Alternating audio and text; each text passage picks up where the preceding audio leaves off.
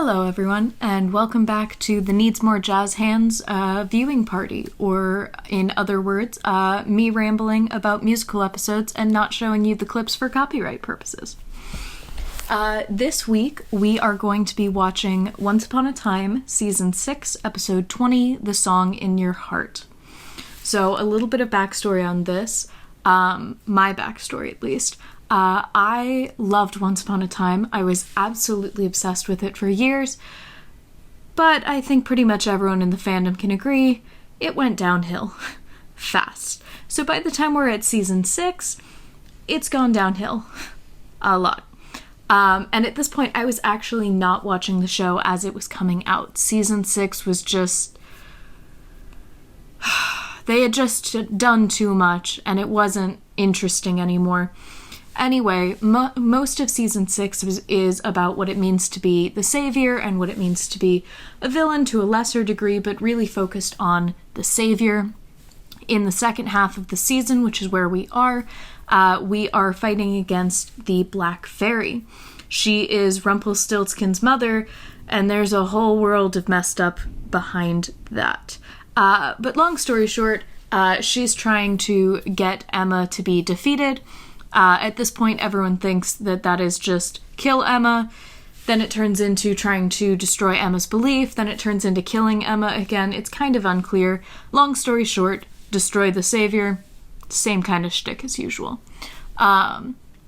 So, it's really weird and kind of interesting that they waited 6 years to take a show about fairy tale characters and add music to it. But they did. So we're in season 6.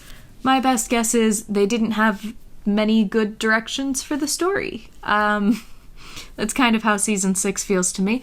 And so they used it as a gimmick to fill space, to make that homage that makes perfect sense to make, just at a time when it doesn't necessarily make sense to make it.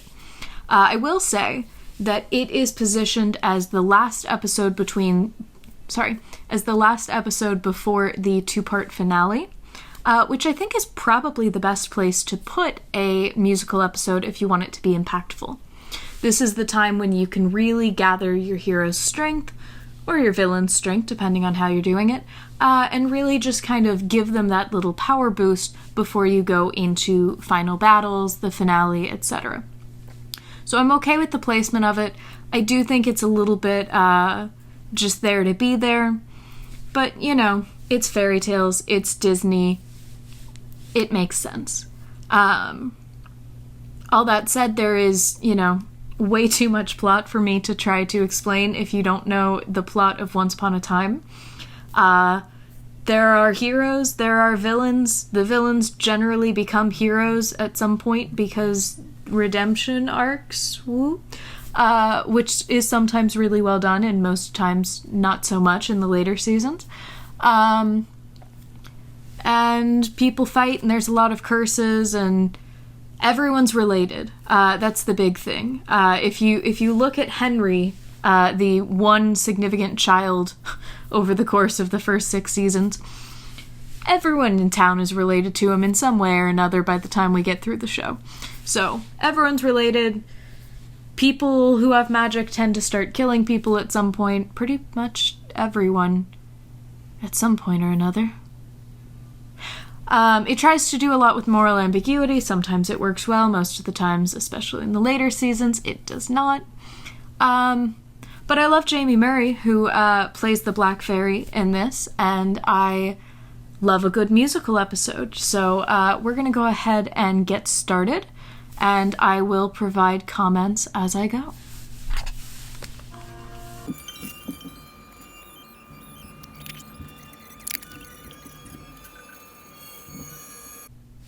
So we started the episode seeing young Emma while she was in the foster care system. So for those of you who really don't know anything about Once Upon a Time, Emma Swan is the daughter of Snow White and Prince Charming.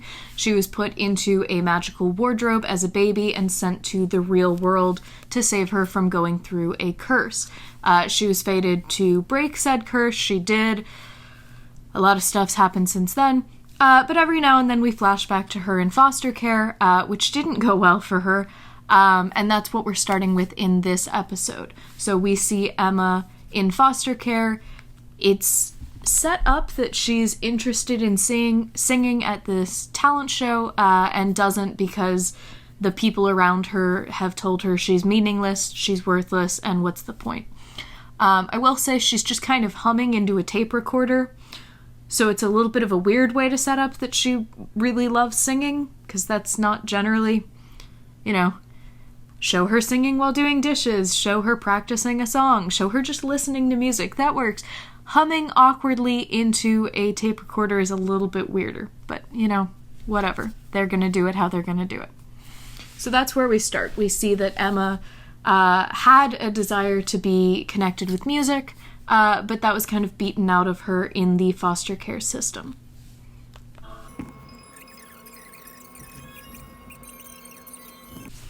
Okay, so I guess more important context. I'm going to tell you the context as we go because I'm not going to think of what's important until it's important. So the whole important thing of this episode, or at least purportedly was the important thing of the episode, is that Emma is getting married. So Emma is deeply, desperately in love with Killian Jones, aka Captain Hook. People in the fandom have mixed feelings about that. They either really love it or they really, really don't. But anyway, so she's supposed to be getting married. It's the big hero wedding. She's finally going to be happy and whole. She has her parents. She has her son. She has a husband. This is what true family support feels like. And then, of course, we're going to play with what happens if she doesn't have that. What does it mean that she has all of that? All going to be super important here. But yes, it's the wedding episode, so as usual, romance is a critical part of our musical episode, although not in ways that make much importance, to be honest. But the wedding is kind of the additional gimmick. It's not just a wedding episode, it's a musical episode. It's not really a musical wedding for the most part, although I suppose it kind of happened. But anyway, we'll get to that when we get to it.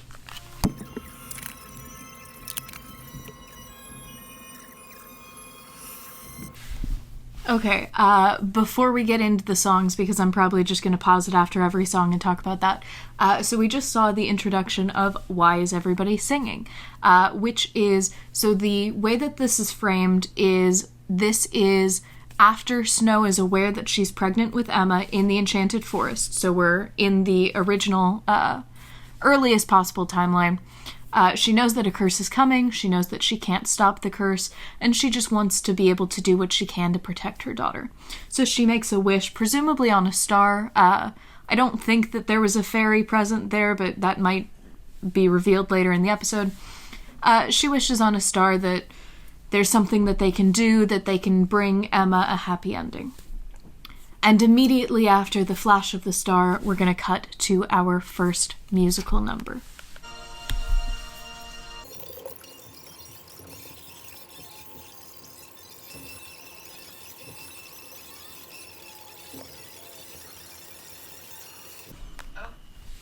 Okay, so just saw the first musical number, which I'm assuming is called The Most Powerful Magic of All.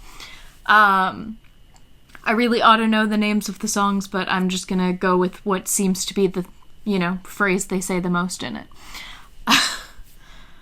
I don't remember loving this musical episode, but I did really enjoy that song.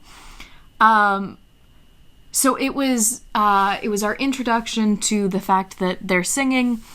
They are appropriately confused at the beginning. I kind of love that Charming's just like, I don't know what's going on, but I apparently have a great voice, and I'm going to talk about it a lot. You can tell that Snow and Charming really love each other. It feels really fitting that the first musical number will be with Snow and Prince Charming. He does a very classic Disney Prince sound. But one thing that I love that is a little different from what Disney normally does, this is very much a song about a united front, the princess and her prince, and we rarely get that in Disney, because it's all about the princess finding her prince, or vice versa. So it's really nice to see the two, already together and working together, and just expressing how much they love each other, their hope for the future. It is overwhelmingly filled with hope, which is very much kind of the nature of Snow and Charming in this show. It was fun. It sounded pretty good. It's cheesy, but it was a good cheesy. So far, I'm pretty happy with that.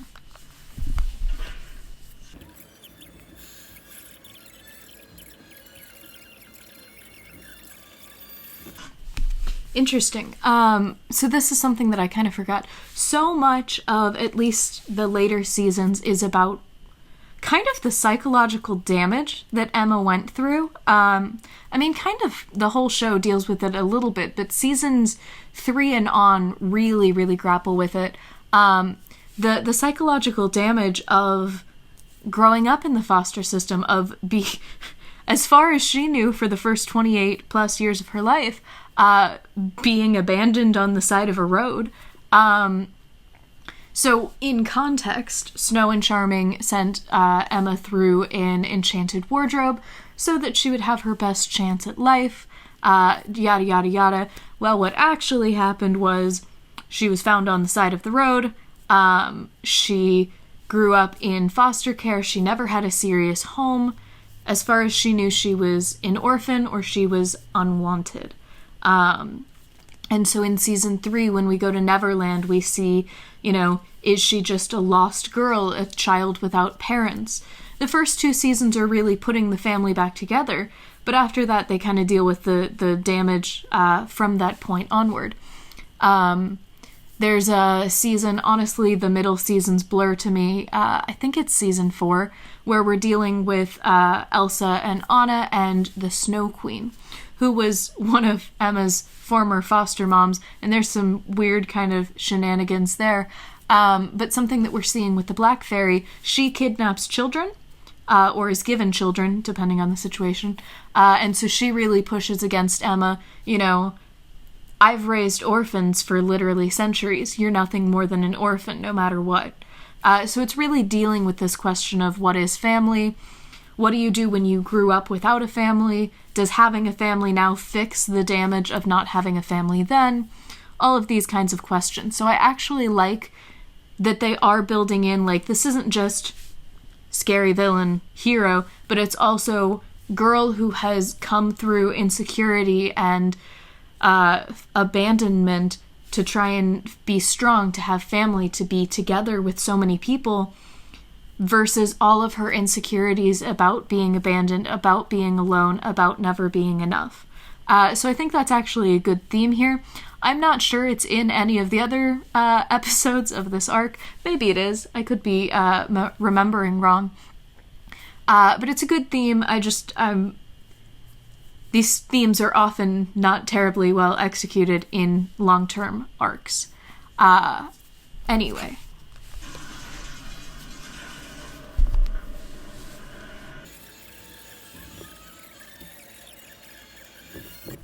Okay, I actually really like the way that this is structured. So if you watched my Legacies video or listened to the podcast last week, oh my god, don't include too many people in your musical episode, or at least don't include too many main arcs. You can have as many people as you want, as long as they're kind of on 1 or 2 or maybe 3 arcs. So the way this episode is structured, there are essentially 3 arcs happening. 2 of them really intermingle with each other. So we have in the past this incident of Snow making the wish, everybody singing. This is all kind of a foregone conclusion because we all know that the curse was cast and all of that. So this is another failed attempt of Snow and Charming's to stop it. Secondly, we have Emma's getting married, so Emma's trying to find a wedding dress. Emma's deciding whether or not to cancel the wedding because a curse is going to be dropped in the middle of it. All of that. Emma, get to the altar. And then the third plot, which is kind of intermerged with it, is the battle with the Black Fairy. The struggle, the fact that the Black Fairy is dropping a curse on her wedding day throughout the town. So we've got kind of 3 arcs. They're all intertangled, but they're kind of concrete plot points. And then all of the characters are kind of going along one of those 3. with that, I feel like it's a pretty good way of mingling the past, which is a critical part of this show, the season, or at least half-season long arc, and the episodic arc of Emma getting married. So it actually does a pretty good job of juggling those three plot lines. Anyway, back to the past for the Evil Queen's song.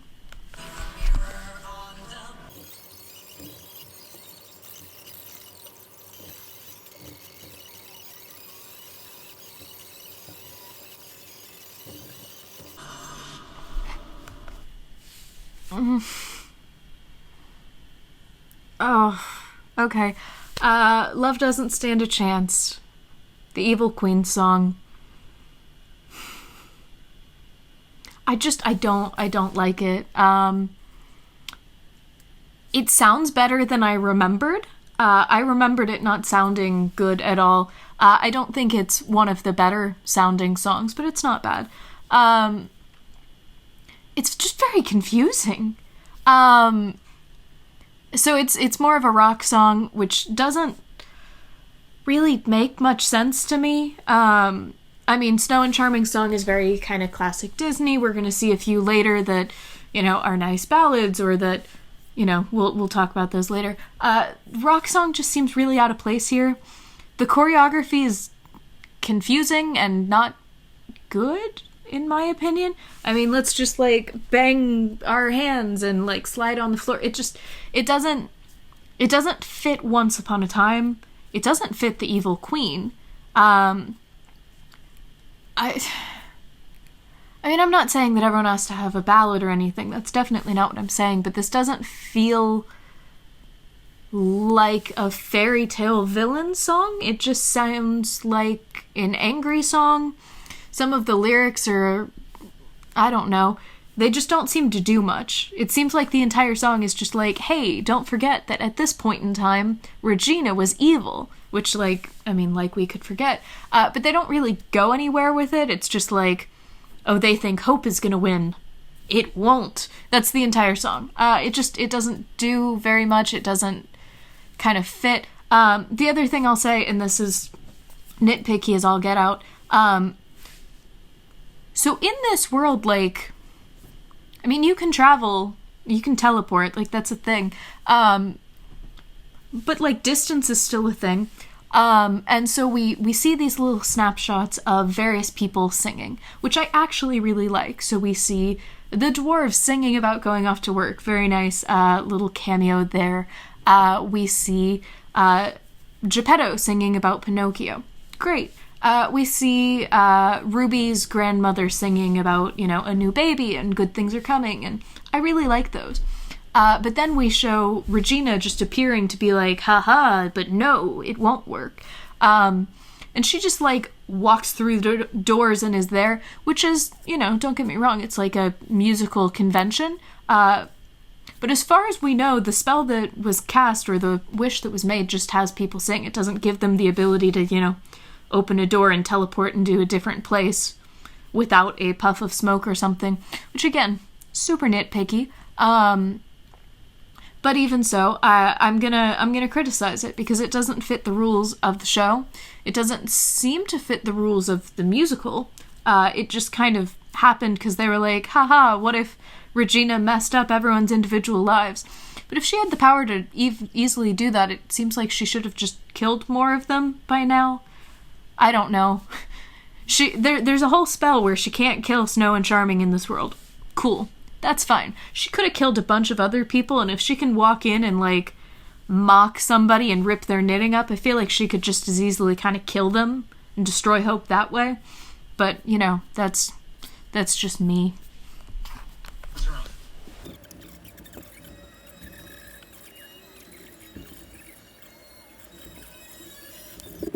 So, back on the is Emma gonna get married plot, she comes to visit her fiancé, and is oh, well, I just wanted to tell you, bad things are happening, but I'll still get married. And he's no, you're saying goodbye because you think you might die. Let me help you. Can your parents help you? Who can help you? And she's just nah, I'm doing it alone. We're 6 seasons in. Emma has learned many times the lesson to not do these things alone. But I guess we're gonna see her learn this again.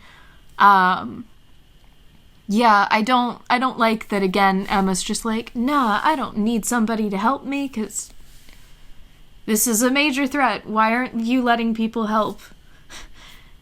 Yeah, you're my fiance, but I just keep you around for the pretty face. Like, I don't actually want you to be, useful or help me with anything. I have some problems with the way that Emma is characterized so late in the show. We've been through this. We've been through this many times before. Come on. Please? Can you have learned anything from the last 6 years? Anyway.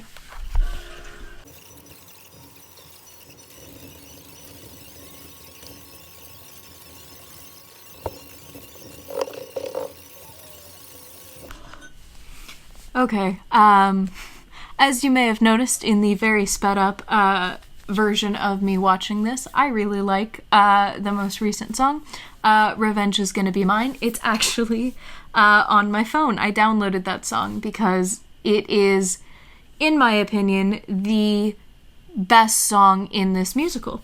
Not necessarily like it's a great song, but it is the best song to capture everything it's supposed to be capturing. So this is Revenge Is Gonna Be Mine, Captain Hook, so Emma's fiance.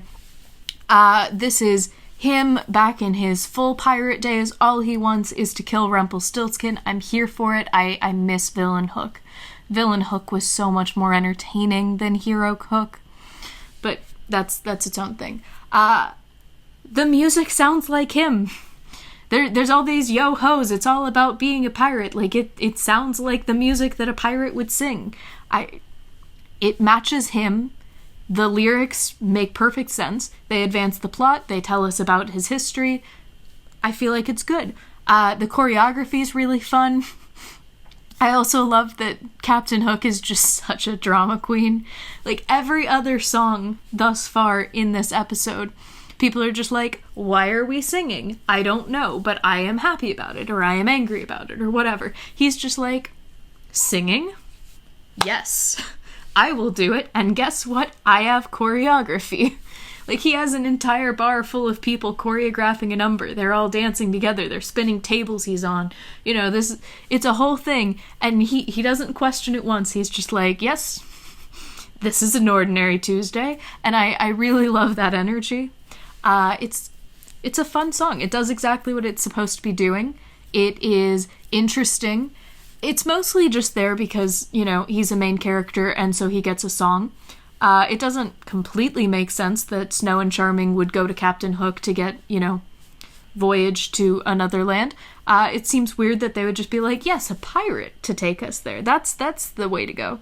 But whatever. It draws him into the story. It doesn't really make sense, but that's okay.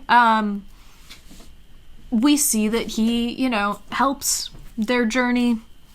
It's gonna be relevant later, since he is connected to Emma, and they're connected to Emma, that his song gets pulled into it. It's just a fun song. It's a good song. But it didn't. Because I'm immortal. Well, I don't need to kill you now. I have a problem. So Hook disobeys Emma and is like, wait around while everybody's in danger? No, I'm going after Rumpelstiltskin. Which ties in perfectly with his song where he talks about going after Rumpelstiltskin. It fits in with his character. I'm good with it. So he shoots him with Dreamshade, a poison, and he's like, I recall this almost killed you before. And Rumpel's like, almost, but it didn't because I'm immortal. That's not what happened. What happened is Rumpelstiltskin convinced Snow White to kill someone. More so, Rumpelstiltskin convinced Snow to make Regina kill her own mother so that he could survive. He wouldn't have survived without that. So it's not like he's, I'm immortal, therefore, this didn't affect me. No, you tricked our hero into forcing at that point, morally ambiguous character into murdering her own mother. Very different thing there between, I'm immortal and I'm a devious, horrible person.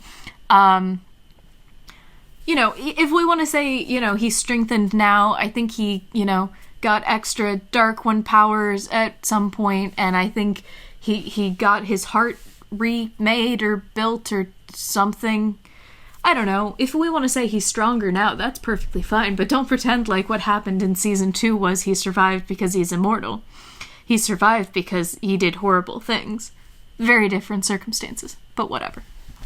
Rant over.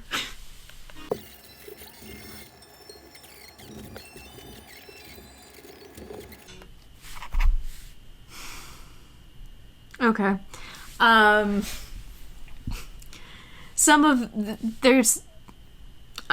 have some more issues.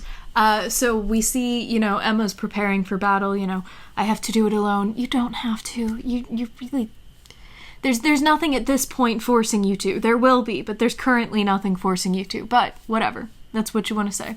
I have to do it alone, so I'm, looking at what I love so that I remember it, da-da-da. And what do you know? The tape recorder from when Emma was a child with her humming on it is just sitting out with the tape of her humming in it. And Henry hits it, and we see that she's still emotionally impacted by it. But see, I have some problems with that. Because it's very well established that Emma basically doesn't have any things. It's well established she doesn't bring much with her. She doesn't have much. She was always just kind of the person to move around a lot, to change. I mean, she was a thief for a while. She was in jail for a while. And I just find it a little hard to believe that she barely brings anything with her, but she brought not only the tape, but the tape recorder of her humming when she was a small child in foster care. It's not like she did anything. It's not like she actually, performed, and this is like a copy of that. It's a good metaphor for her being broken down by other people telling her she wasn't good enough. It fits the episode, but logically speaking, why did Emma Swan keep this random tape recorder with nothing else on it except her humming as a child? It doesn't really work for me. I don't think it makes any sense for it to have been kept around or for it to still work. But that's its own problem. So symbolically, it works. I'm fine with it. I'm not gonna, say this episode is terrible because Emma Swan still has this. But it doesn't really fit her character to me, or most logic. I mean, I have tapes of myself singing as a child. Guess what? They're not around anymore because, they got lost, or the device they were in got broken, and that's when I keep things. So Emma Swan, famous for not keeping things and not being overly sentimental for most things. Why does she still have it? I know it's not important, but I'm gonna complain about it anyway, because that's what I'm here for.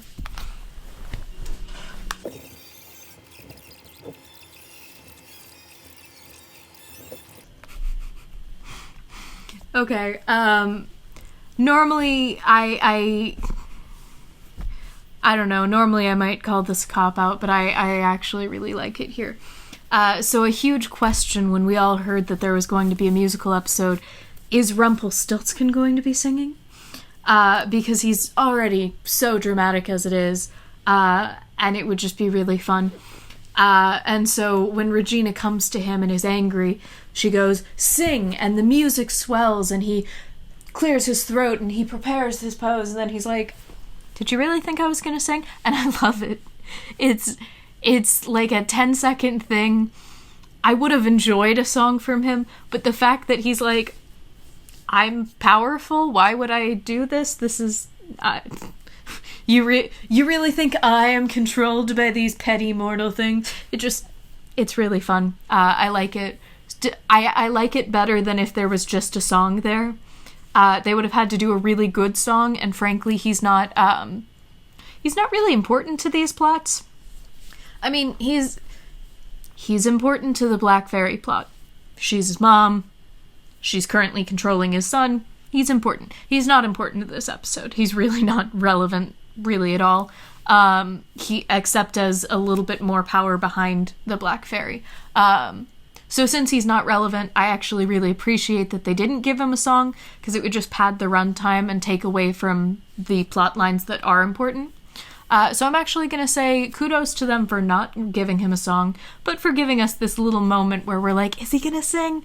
Oh no, but that's, it's fun. I really enjoy that.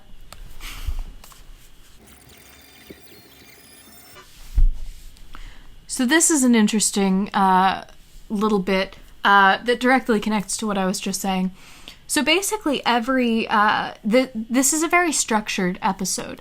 So it's pretty well bouncing between musical number and then real world, or real world and then musical number, with the characters lined up, kind of answering the same concepts. So Hook sings his song about wanting revenge against Rumple. Then we see in the modern world him attacking Rumple to take power away from the Black Fairy. The only time that we don't really see this transition is we see Regina confronting Rumple in the past, and he mocks her, well, she says, well, I was the best student you ever had, and he's like, were you though?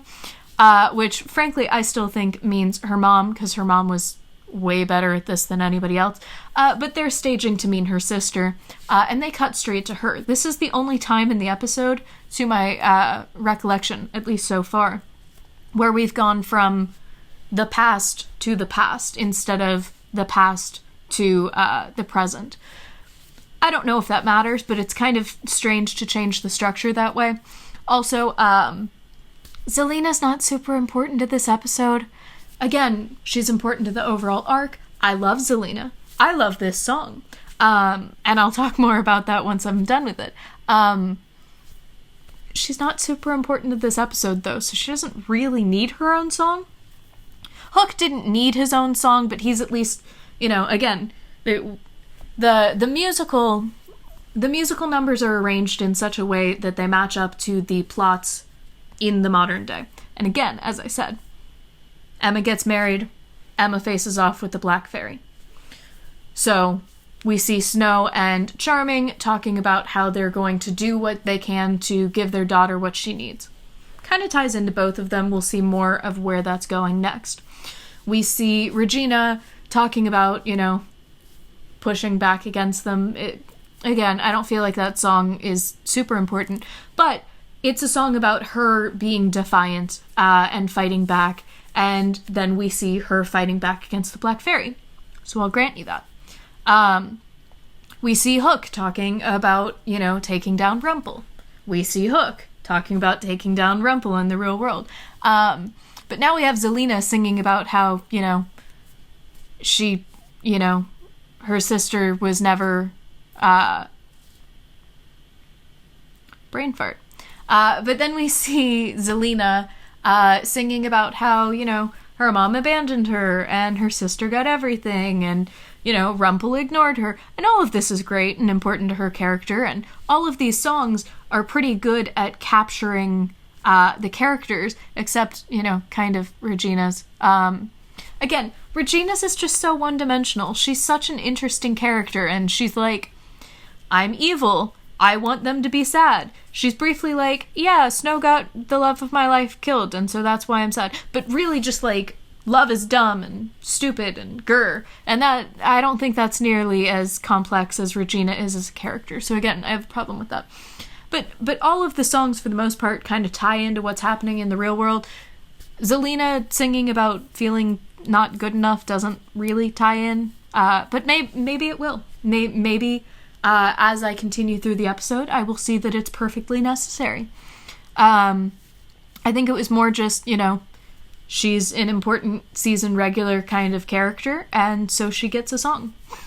I think that's kind of all there is to it. But I much prefer the more directly connected songs for the musical episode as a whole. That being said, this song I also downloaded on my phone because it's a good song.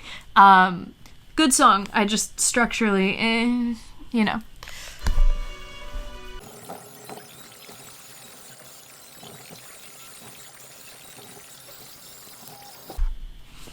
Okay. I love Wicked Always Wins. Zelina's just such a fun character. Regina is a great character. She's very complex. She's very interesting. But she tends to be either, I'm evil and I'm determined, or just really sad, a lot of the times, which are valid, but they're kind of flat. Zelina's always just got this energy to her, and I am so drawn to these characters with this energy. She has done things that I do not condone, unbelievably so. But I enjoy her fun, her flair, which is all out in this song. This song feels like Zelina. Again, my big issues. The Snow and Charming song feels like Snow and Charming. The Hook song feels like Hook. The Zelina song feels like Zelina. I just don't feel Regina in her song. And I'm just apparently going to complain about her song through this entire video and probably the entire podcast. So, I don't know, put up with it. I will say that they probably gave something in that song that explains why she's relevant to this, and so I'm good with it. It seems like all of the songs, except Regina's, tie into how the wish is going to play out through the episode. So we see Zelina decides that rather than just being happy that Regina's going to be defeated, she should help Regina not be defeated, and then swoop in and say, haha, you couldn't do it on your own because I'm better than you, haha. Which I love. And if she's blocking Snow and Charming, that's going to tie into what happens next for what happens to resolve the musical. So I take it back. She mattered. I feel like these are all really contrived links. Hook totally didn't need to be here. Zelina totally didn't need to be here. But we like the characters and they had good songs, so it works. And I will allow a little bit of a stretch, as long as it works out. And then, when something needs to be there, because I think Regina's song needed to be there, and then it, doesn't match up to all the others, I'm gonna complain about it a lot. Sorry if you're tired of hearing me complain about that. They could have done so much better. There was so much more that could be done with it, and they just didn't.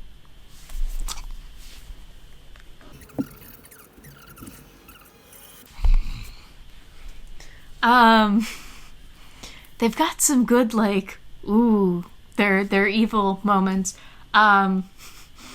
which I know I shouldn't like, but really, if you're watching this show, you're watching it for a villain. I like Snow and Charming, actually. I don't really like Emma, but, you can root for the heroes, but you're also probably rooting for at least one of the villains, so I'm not going to apologize for enjoying their wicked ways.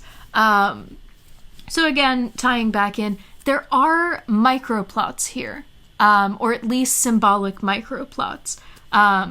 So we see Zelina in her song singing, all she wants to do is beat Regina. She wants to prove that she's better than Regina. And then we cut to the real world. Again, we see these direct connections to see that they're working together, that Regina is giving Zelina the credit that she's deserved. And that they've really grown together as sisters. So I do like that we have these little microplots. They don't take up time. They're all tied into the major plots, but it's just kind of this nice little moment where it's like, see how far they've grown, or see how far they've not grown in Hook still wanting to skin the crocodile, which I'm also okay with. But then, of course, Rumpel has to go and be evil, and he does it so well. It just... After 6 seasons, I kind of wish that he would just choose a side, because he does seem to kind of go back and forth between good and bad all the time. I get that most of this is, my son is being controlled by my evil mother and I want to protect him, so I'll give him that, but he doesn't have to be so cruel about it. But anyway, so the products of Regina and Zelina working together is going to end up hurting them. Let's see if the product of Regina and Zelina in the past is going to end up helping them. Hint, hint, wink, wink.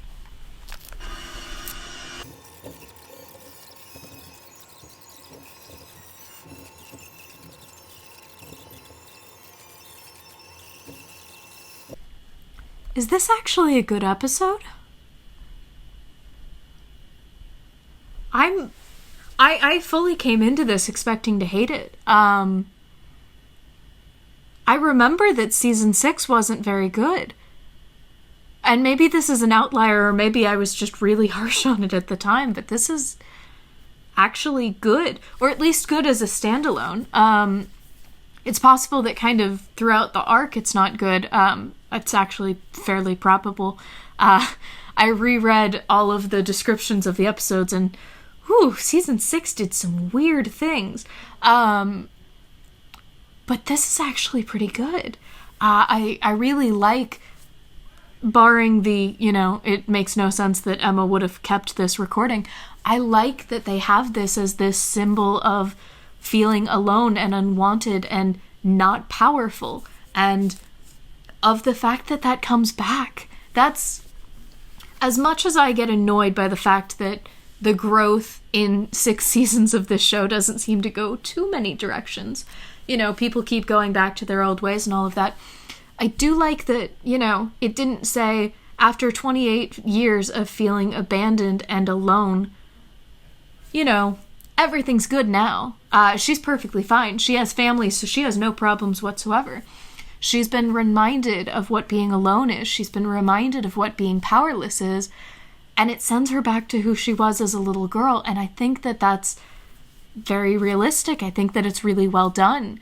And then the awkward humming thing, it's not singing. They're singing. We'll get to that. The humming is weird to me, and but it's a metaphor for that, and I really like that. And I like the repeated callbacks, because we see, when she's a child, she is trying to get hope for herself through song, but it ends up being a representation of her giving up. Henry tries to play the song. She turns it off. The Black Fairy uses it against her to destroy her hope. And we'll see soon enough what happens when she takes that hope and uses it and doesn't let it be darkness anymore, and doesn't let it be, I'm alone, but I was alone, see how far I've come. And that's really good. Maybe I'm putting too much into this, and the writers, were clueless, because I remember that they were many, many times. But this might actually be a good episode. I didn't expect it to be, but this might be a good episode.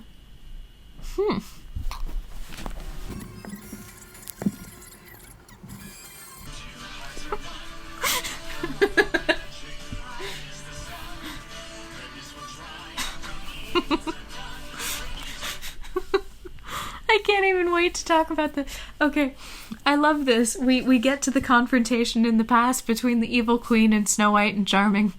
And she's like, we end this now, fireball. And they're like, singing! This is how we're battling. We have a sword and a bow and arrow, but we're not fighting with that. We're gonna sing. And she's just like, I still have a fireball. Okay.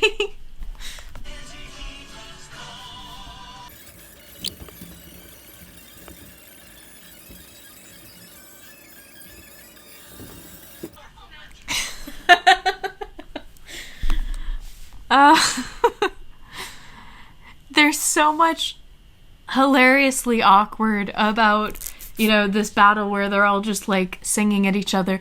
And then when she takes the songs away and they're just like, there's a powerful oh, it's not sung anymore. And David's just like, but I had a voice. I had a brilliant voice.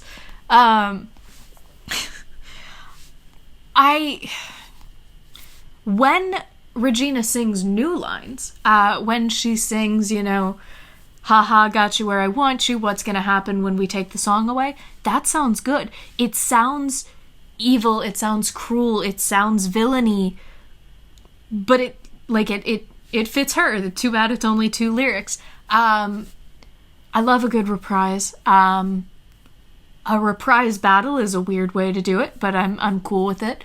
But it's so jarring. they're singing about hope and she's, doing her awkward, weird dance moves. Completely different music styles. They didn't do anything to, like, they don't feel like they're, battling. They just feel like they're thrown on top of each other to some degree. I do love when she's like, flames, and it's just like, song, and it works. I know that I, joked about that like 2 seconds ago. But the fact that the song is actually magical in its own right and is blocking her from making fireballs is kind of hilarious. But I'm cool with it. I'm cool with that fitting in. I wish Regina had a better song. I'm just going to keep saying it. There are so many better ways to do it. There are so many better ways that it could have layered in when they were going to do it in the battle. So much came down to Snow and Charming's song, and her song's not good.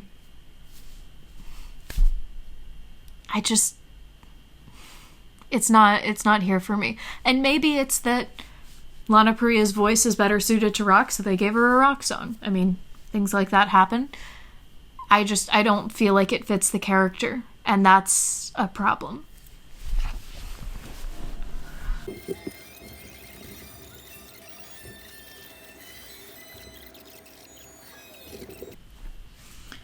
Okay, so big reveal, the song was never meant for Snow and Charming to be able to stop the curse. It was meant to help Emma, which is going to tie together this episode, which is going to say that her family and everyone who will become her family, but was definitely not her family at this point in time, all of their love is within her and was always within her. I like that she can bring it up again. I like that all of their love and their hope was put into her. But it feels kind of faded. And a lot of things are faded at this point. But so much of this show is about choices and making the decision to be a good person or to do the right thing or yada, yada, yada. So the idea that somehow this was all kind of predestined kind of irritates me. But I guess the concept is the song, the love, the hope has been in Emma, but she has to be the one to activate it. So I guess I'm okay with that. But it seems like there were plenty of times where this would have been useful to come up before.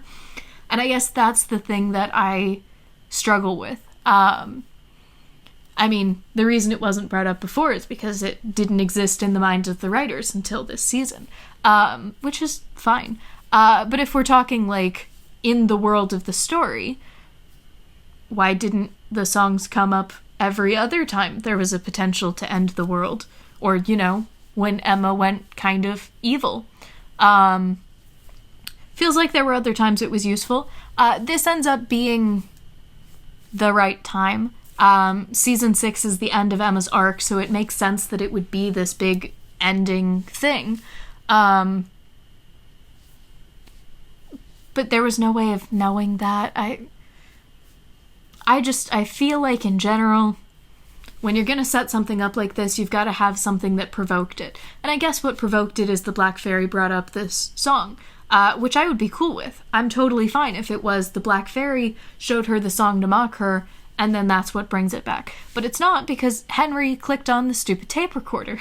So again, if they just didn't have the tape recorder, if we did what made sense and Emma just didn't keep it, for all of the many reasons I've explained before, and the Black Fairy brought it up, then she was confronted with it, she didn't know what to do with it, then we get a proper 3-beat too, because this is going to be a 4-beat. So we get Emma as a child, tries to sing, fails. Then we get Emma with the Black Fairy, the song is used against her. The third time she gets to take the music and use it for her own power. Would have been a stronger thing. But because they still had the tape recorder, again, why didn't it come up before? That's my big question. I do like that I like that the melody has been threaded throughout the episode. I still find it weird that they were like, oh, it's a video of, or it's an audio of me singing. No, it's not. It's an audio of you humming. Very different thing. But she'll sing in a little bit, so we'll talk about that once it gets there. Oh, okay, so I paused a little early. The Blue Fairy does ish, explain, you know, one day she'll face a battle that she'll be alone and nobody's ever faced it, and then she'll need it. Cool. I guess. Except this doesn't end up being the big battle. That's in the finale. There's 2 big battles, technically. And the song is used in this episode, not in those. So.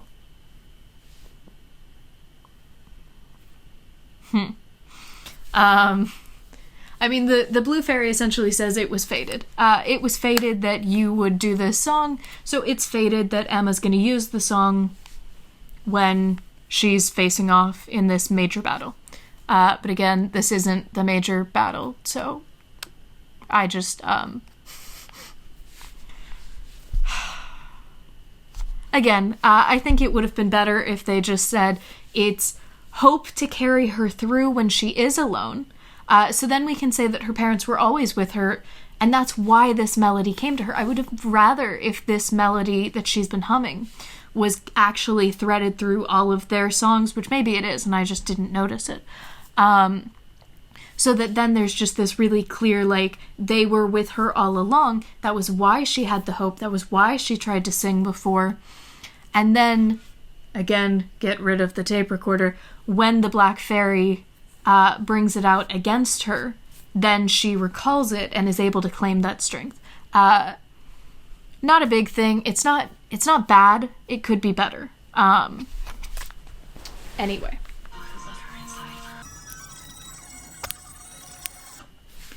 Oh, and nobody's gonna remember any of this because it's inconvenient to our plot if all of these characters have met each other beforehand. So we're just gonna erase it from everybody's memories because it's really a problem for us if everybody's met before we said that they met in the past 6 seasons.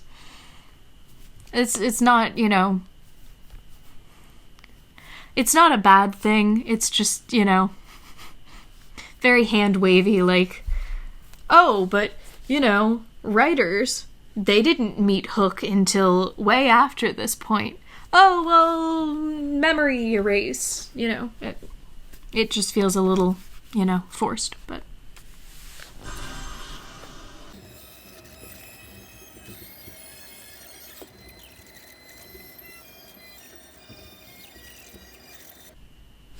So I'd like to...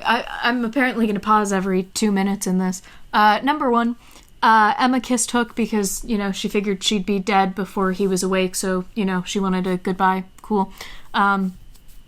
Kiss did not break curse. Therefore, not true love? ? It's very... I'm not saying Captain Swan's not true love. What I am saying is, what counts as true love's kiss and what true love's kiss works on is very unclear across the scope of this show.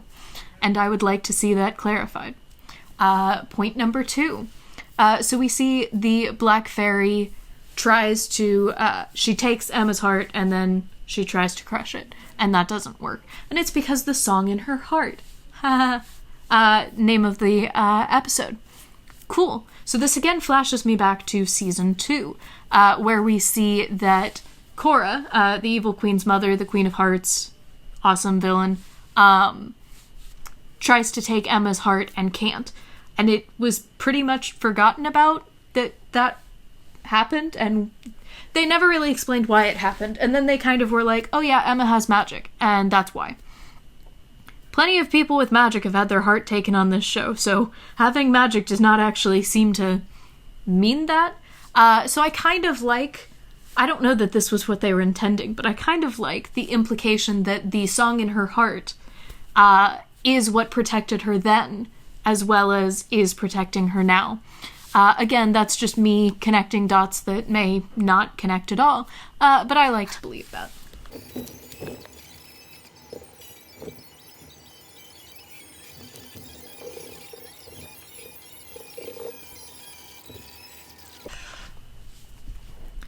Okay. I don't like Emma's song either. It's good for what it needs to be. It's the same melody that she's been singing the whole time. It says what it needs to say. There's some really weird breakdowns. They rhyme be brave with whose purpose is to save. Like, it just, the phrasings are weird. They were like, we've got to get savior in there, but we can't figure out how to make it rhyme, so let's just, force it. So the lyrics are a little bit forced. I don't like her voice in it. It's not bad. I think it's high, but not high in a way I like. I don't know. I can't completely explain what it is about her vocalizations that I don't like. I don't know. Like, the pitch is high, but the energy is low most of the time. It feels flat, not musically flat, just kind of... I don't know. I also don't particularly like Emma, so maybe it's just I don't like Emma, and that's bleeding out. I've always hated it. Like, this came out years ago, and I hated it when it first came out. I still don't particularly like it. The moment's good. The moment's great. I don't know, it just doesn't do it all the way for me. I can't explain it in the detail that I can explain with why I don't like Regina's song. It doesn't feel enough. I guess it's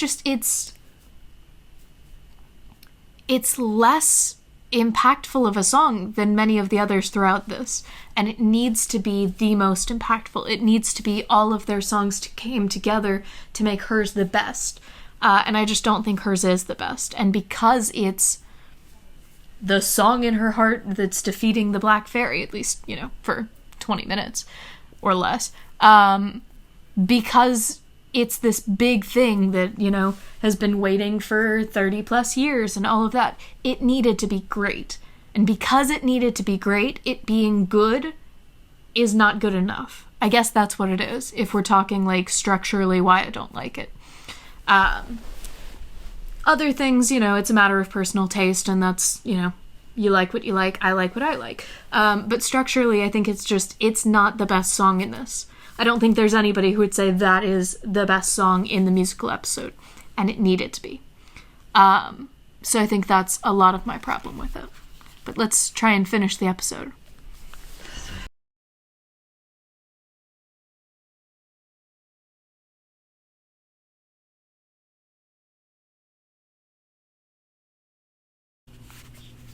Okay, so I finished it. What comments do I have? Beautiful wedding, kind of cheesy vows, but that's okay. I forgot that the song A Happy Beginning existed. I remembered the phrase. I remembered that the phrase was a thing. I forgot that the song even existed, so that speaks to how powerful it is. Now, keep in mind, I haven't seen the season 6 finale since it aired, which was 2017, I believe, so 4 years ago. I'm not sure if they didn't have a season 7. So, season 6 ends Emma's story. Season 7 is Henry's story.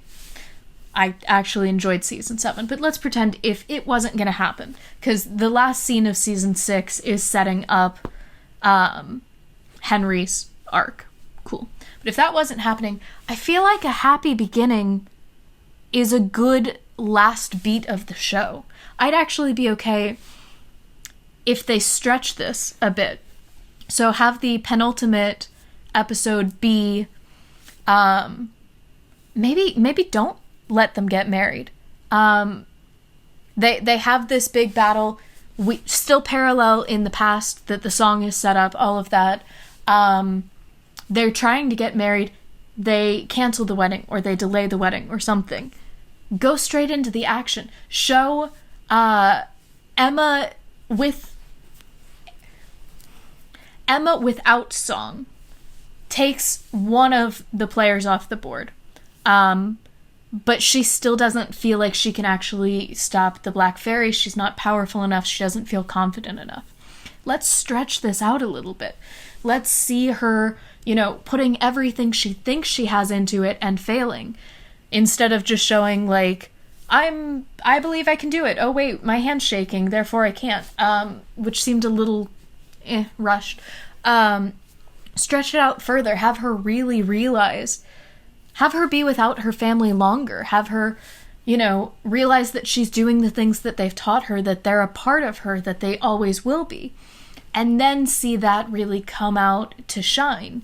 Have the song actually be part of the final battle instead of a battle that, makes the Black Fairy not win at first, but she still gets to cast her curse and have a mental battle against Emma to see if Emma will still believe. And there's still the physical battle with Gideon and all of these things. No, let's have the song be the final battle, or at least part of it. It can be right before it, and, Emma gets, like, a new magic ability or something. Like, I don't care. Have it be connected to the final battle, and then once that's over, we can relax. We're gonna have the wedding, and we end the show with a happy beginning. It's a good closing. We get our happy ending. No, that's not what this is. It's a happy beginning. That's the line. That's the thing. We have a show about fairy tale characters. We don't have a happy ending. We have a happy beginning. Having that be the last beat of the show would have been great. So if I can, cut out one of my favorite seasons of the show and completely rearrange everything, I would have that song be at the actual end. I think it would have been really memorable that way. I think having them, do this big number and then get sent into a curse and have 2 more episodes of final battles kind of dampens the effect of all of it. I do think that Emma being strengthened by having the wedding, by learning how much everyone loves her, all of that is good. It's an important thing for her to bring in to the next 2 episodes. But I kind of feel like it would be better if they stretched this out more. So those are my recommendations for a show that ended multiple years ago that, doesn't really matter what I think or how I would arrange it. I enjoyed this. I didn't expect to. I don't think I enjoyed it the first time. I feel like I'm saying that a lot these times, because I'm pretty sure I didn't like the Arrowverse musical the first time I heard it either. I think I have high expectations the first time, and then lower ones when I rewatch them for this. But yeah, I liked it. I felt like it dealt with some really important themes. It touched on a lot of great things. It had a pretty good idea of what its plots were and how everybody tied into it. I just wish that, we could see more strongly the beats with the music. I think that would, meaning like the narrative beats, not like the musical beats. So I wish that we could see the narrative beat of Emma and music as a metaphor for her family's love and support being with her. I want Regina to have another song. Let's just scrap it and start over. We need better.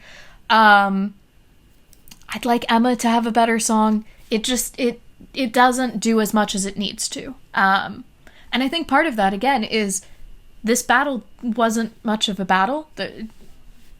Nobody was injured. Nobody lost anything out of it. I mean, Emma saved. So, I mean, it's not like there wasn't stakes. But it's not like her, like, claiming this hurt the Black Fairy in any way. So I make her song a little better and have it actually deal a blow to the enemy, I think would have been better.